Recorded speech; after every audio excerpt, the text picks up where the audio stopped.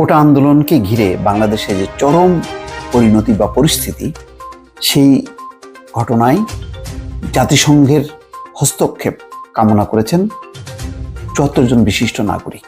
আর এই ক্রান্তিকালে গত কয়েকদিন যাবৎ যা ঘটেছে সেটা নিয়ে রাজনীতি, বিরাজনীতি, ক্ষমতায় আসা, আবার কেউ বা ক্ষমতায় নতুন করে আসার স্বপ্ন দেখছেন। আসসালামু আলাইকুম ভিউয়ার্স, দেশ ও দেশের বাহির থেকে যারা আমার ভিডিওটি প্লে করেছেন জানাচ্ছি আন্তরিক শুভেচ্ছা ও অভিনন্দন। আশা করি সবাই ভালো আছেন, সুস্থ আছেন, আলহামদুলিল্লাহ। তো ভিউয়ার্স, কোটা বিরোধী আন্দোলনকে ইস্যু করে এই স্বৈরাচার সরকার যে নিরীহ সন্তানদের বুকে বাহিনীর মাধ্যমে গুলি চালিয়েছে, সকল তথ্য প্রমাণাদি এখন জাতিসংঘে জমা হয়ে, এমনকি সরকারের বিপক্ষে পদক্ষেপ নিতে যাচ্ছে যুক্তরাষ্ট্র ও জাতিসংঘ। এটা নিয়ে ডক্টর ইউনূসের বিবৃতিও তারা ব্যাপকভাবে মনোনিবেশ করেছেন। সর্বশেষ এই সরকারের কি হতে যাচ্ছে আন্তর্জাতিক মহলে, বিস্তারিত থাকছে এই রিপোর্টে। সো ভিডিওতে যাওয়ার আগে ছোট্ট রিকোয়েস্ট করবো, যারা এখনো চ্যানেলটি সাবস্ক্রাইব করেননি, নিয়মিত দেশের সকল আপডেট সবার আগে জানতে অবশ্যই চ্যানেলটি সাবস্ক্রাইব করে পাশে রাখবেন। দর্শক আসুন স্ক্রিনে।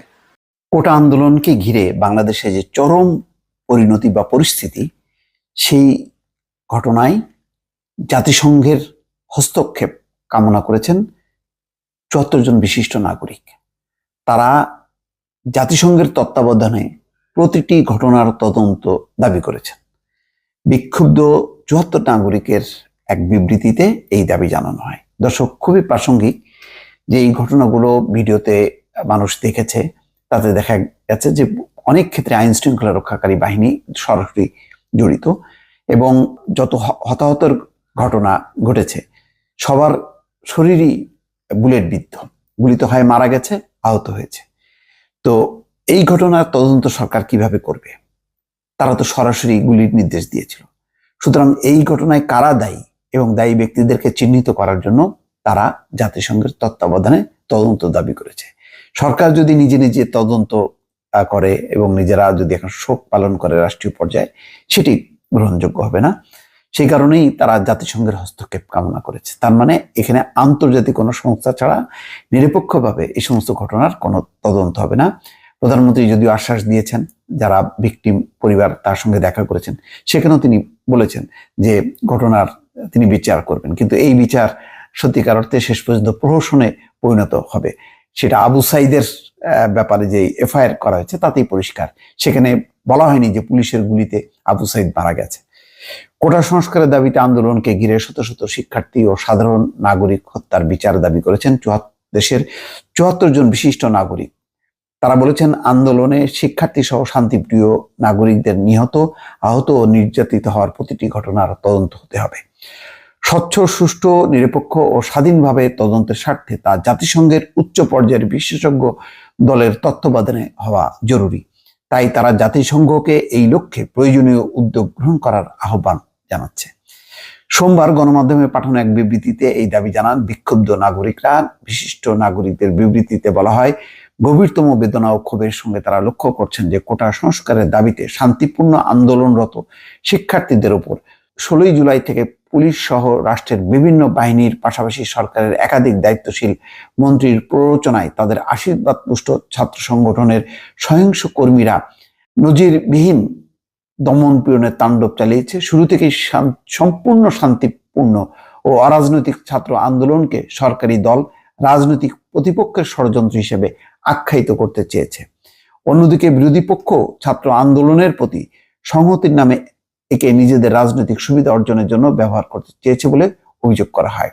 এখানে উল্লেখযোগ্য একটা শব্দ তারা এনেছে যে অন্যদিকে বিরোধী পক্ষ ছাত্র আন্দোলনের প্রতি সংহতির নামে একে নিজেদের রাজনৈতিক সুবিধা অর্জনের জন্য ব্যবহার করতে চেয়েছে বলে অভিযোগ রয়েছে।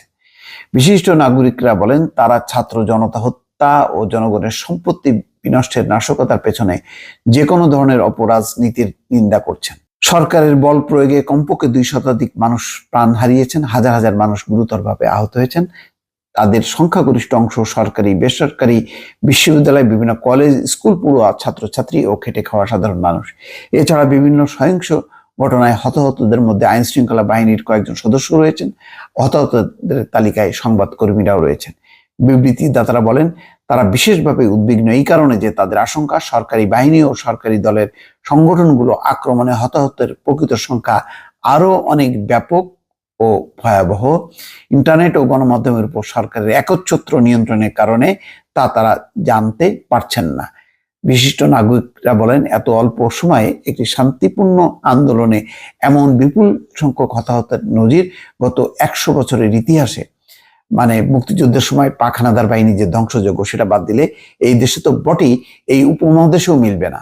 এমন হত্যাকাণ্ডের নিন্দা ও ধিক্কার ও প্রতিবাদের উপযুক্ত ভাষা তাদের জানা নেই। এই বিপুল প্রাণহানির দায় প্রধানত সরকারের। সাংবিধানিক শপথ ও আইন উপেক্ষা করে সরকারের একাধিক মন্ত্রী যেভাবে চরম দায়িত্বহীন ভাষায় শান্তিপূর্ণ আন্দোলনকারীদের উপর তাদের সমর্থক ছাত্রদের ঝাঁপিয়ে পড়ার আহ্বান জানালেন, তাতে সারা দেশ ও বিদেশে বাংলাদেশের জনগণ ও দেশের শুভাকাঙ্ক্ষীরা স্তম্ভিত, গভীরভাবে ক্ষুব্ধ ও মর্মাহত হয়েছে।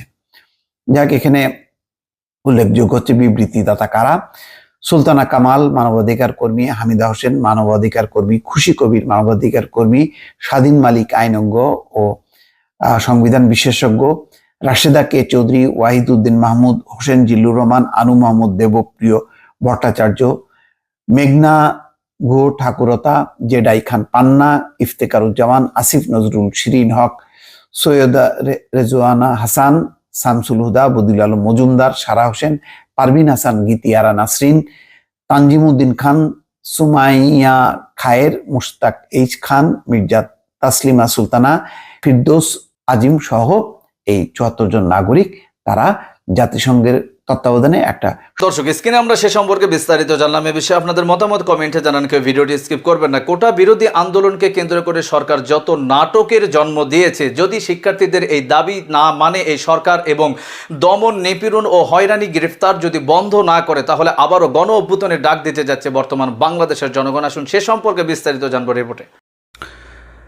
একটা ক্রান্তিকাল পার করছে আমাদের বাংলাদেশ, আর এই ক্রান্তিকালে গত কয়েকদিন যাবৎ যা ঘটেছে সেটা নিয়ে রাজনীতি, বিরাজনীতি, ক্ষমতায় আসা, আবার কেউ বা ক্ষমতায় নতুন করে আসার স্বপ্ন দেখছেন। আর বরাবরই যখনই দেশে কোনো আন্দোলন হয়, সে আন্দোলনে বিতর্কিত ভূমিকার মধ্যে পড়ে যায় আমাদের আইন প্রয়োগকারী যে সংস্থাগুলো আছে। শুধুমাত্র যে এই আমলেই এমন দৃশ্য আপনি দেখছেন, আমি দেখছি, সেনাবাহিনী রাজপথে বা পুলিশ, বিজিবি বা আমাদের র্যাব এই ভূমিকা অবতীর্ণ হয়েছে তা না। শুধুমাত্র যে বাংলাদেশে এমন ঘটনা ঘটে তাও না, আপনি ভারত বলেন, পাকিস্তান বলেন, নেপাল বলেন, শ্রীলঙ্কা বলেন, বিশেষ করে আমাদের এই দক্ষিণ এশিয়ার দেশগুলো যারা আছে, রাষ্ট্র ক্ষমতাকে পাকাপোক্ত করতে রাজনৈতিক দলগুলো তারা বরাবরই সেনাবাহিনীকে আসলে ব্যবহার করে থাকে। দর্শক, গতকালকে রাত্র থেকে একটা নিউজ ফিড খুবই ভাইরাল।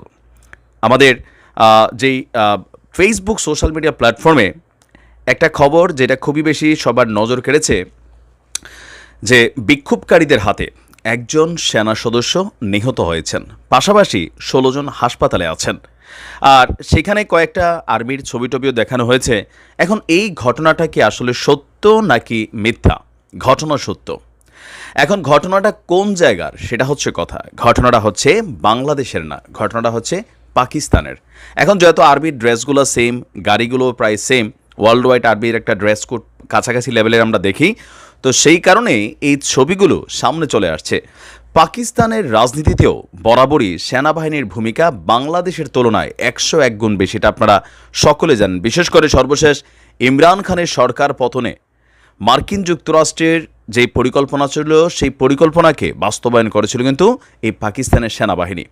অপরদিকে দীর্ঘদিন যাবৎ কারাগারে বন্দী আছেন ইমরান খান, আর কারাগার থেকে পাকিস্তানের রাজনীতিকে কন্ট্রোল করার চেষ্টা করছেন তার ফ্যান ফলোয়ারদের মাধ্যমে। এরই মাঝখানে পাকিস্তানের সামরিক বাহিনী বলছে, দেশটির দক্ষিণ পশ্চিমের শহর গোয়াদরে বিক্ষোভকারীরা গতকালকে একটি মিছিল থেকে নিরাপত্তা বাহিনীর সদস্যদের উপর হামলা চালিয়েছে। এতে একজন সেনা নিহত এবং 16 জন সেনা আহত হয়েছে। খবর হচ্ছে ডয়চে ভেলের। তার মানে খবরটা সত্য, কিন্তু এটাকে হয়তোবা ফেসবুকে ওই যে গুজব হয়, নানান কিছু হয়, এটা আপনারা সকলেই জানেন। সেখান থেকে এই বিষয়টাকে একটু টার্নিং করানোর চেষ্টা চলেছে। পাকিস্তানের গণমাধ্যমগুলো বলছে, দেশটির একটি জাতীয়তাবাদী জাতিগত বালুচ আন্দোলন গত কয়েকদিন ধরে বন্দর নগরটির মহাসড়ক অবরোধ করে তাদের গ্রেপ্তারকৃত সদস্যদের মুক্তির দাবি করছে। তাদের দাবি, নিরাপত্তা বাহিনী তাদের আন্দোলনের যারা সদস্য ছিল তাদেরকে গ্রেপ্তার করেছে। পাকিস্তান সেনাবাহিনীর বক্তব্য, প্রতিবাদকারীরা তাদেরকে পাহারা দেওয়ায় নিয়োজিত সেনা সদস্যদের উপর হামলা চালিয়ে একজনকে শেষ করে দিয়েছে। আর সহিংস প্রতিবাদকারীদের বিনা প্ররোচনার হামলায় একজন সেনা কর্মকর্তা সহ 16 জন সেখানে আহত হয়েছে। বালুচ আন্দোলনের নেতা বেবার্গ বালুচ বলছেন, সেনাবাহিনীর শক্তি প্রয়োগ করে প্রতিবাদকারীদের ছত্রভঙ্গ করার চেষ্টা করছিল। সেই সময় নারী এবং শিশুসহ অনেকে আহত হন। তবে সেনাবাহিনীর উল্লেখ করা হতাহতের ঘটনা নিয়ে কোনো মন্তব্য করেননি তিনি। তার মানে আমরা দেখছি যে এই মুহূর্তে আমি বললাম না যে আমার ভিডিও শুরুতেই যে কোনো দেশে যে কোনো সরকার তার ক্ষমতাকে পাকাপোক্ত করার জন্য যখন অন্তিম একটা মুহূর্ত আসে, যখন জনগণকে আর কন্ট্রোল করা যায় না, তখনই সেনাবাহিনীকে কল করা হয়। আর আমাদের বাংলাদেশের রাজনীতিতেও আমরা এই মুহূর্তে দেখছি। তবে আমাদের সেনাবাহিনী পাকিস্তানের সেনাবাহিনীর মধ্যে প্রধান একটা পার্থক্য হচ্ছে, পাকিস্তানের সেনাবাহিনী বা আপনি মিয়ানমারকে যদি দেখেন, তাদের রাষ্ট্র ক্ষমতার পিছনে একটা নির্দিষ্ট রিজার্ভ অংশ থাকে যেটা সেনাবাহিনীর সদস্যদের জন্য বরাদ্দ। আপনি মিয়ানমারে সম্ভবত 25% যে পার্লামেন্টেরিয়ান সিটগুলো আছে এর মধ্যে 25% সেনা সদস্যদের জন্য বরাদ্দ রাখতে হয়। মানে একটা রাজনৈতিক সরকার, সেনা সরকার যৌথভাবে রাষ্ট্রকে পরিচালনা করে। পাকিস্তানেও অতীতে আমরা যা দেখেছি, বাট ইমরান খানের সরকারের পতনের পর সেনাবাহিনীর রিটায়ার্ড সদস্যরা অধিকাংশই আপনার রাজনীতিতে প্রবেশ করেছে। এই দৃশ্য আমরা বাংলাদেশেও দেখছি। তো এটাতে হয় কি যে আন্তর্জাতিক অঙ্গনে বা আমজনতার কাছে যে কোনো দেশের সেনাবাহিনী তাদের গর্বের একটা বিষয় থাকে, অহংকারের একটা বিষয় থাকে। কিন্তু ও যে সেনাবাহিনী কোনো রাজনৈতিক টিম না, অথবা এমন কোনো টিম না যেটা রাজনৈতিক কোনো আদেশ মানতে বাধ্য। কিন্তু প্রত্যেকটা দেশের সেনাবাহিনী হয়তো প্রেসিডেন্টের আন্ডারে থাকে, নয়তো প্রধানমন্ত্রীর আন্ডারে থাকে, বা প্রতিরক্ষা মন্ত্রণালয়ের আন্ডারে থাকলেও সেগুলো কিন্তু আবার রাজনৈতিক সরকার দ্বারাই পরিচালিত হয়। তো সেনাবাহিনীর সদস্যদের আসলে কোনো কিছু করারও থাকে না যখন তাদেরকে কল করতে হয়, নামতে হয়। কারণ সারা পৃথিবীতে একটা সুশৃঙ্খল ফোর্স হিসেবে সেনাবাহিনীর একটা দায়িত্ব হচ্ছে, অর্ডার আসছে ঝাঁপাই পড়তে হবে। তবে কোথায় কিভাবে ঝাঁপাই পড়তে হবে সেই জায়গাটা যদি ভুল হয়, তাহলে আজকে পাকিস্তানে যেই ঘটনা ঘটেছে সেইটা একটা মেসেজ ক্রিয়েট করছে। তবে এই ঘটনাটা বাংলাদেশের না, এটা নিয়েও পরিকল্পিতভাবে অনেকেই ফেসবুকে গুজব ছড়িয়েছেন। খবর ঠিক আছে, তবে এটা বাংলাদেশের না, এটা হচ্ছে পাকিস্তানের। ভালো থাকুন, আসসালামু আলাইকুম। দর্শক, স্ক্রিনে আমরা সে সম্পর্কে বিস্তারিত জানলাম। সো আজকের ভিডিও এই পর্যন্তই। ভালো লাগলে লাইক অ্যান্ড কমেন্ট করবেন এবং দেশের সকল আপডেট সবার আগে জানতে অবশ্যই চ্যানেলটি সাবস্ক্রাইব করে পাশে রাখবেন। দেখা হবে পরবর্তী ভিডিওতে ইনশাআল্লাহ। আসসালামু আলাইকুম ওয়া রাহমাতুল্লাহ।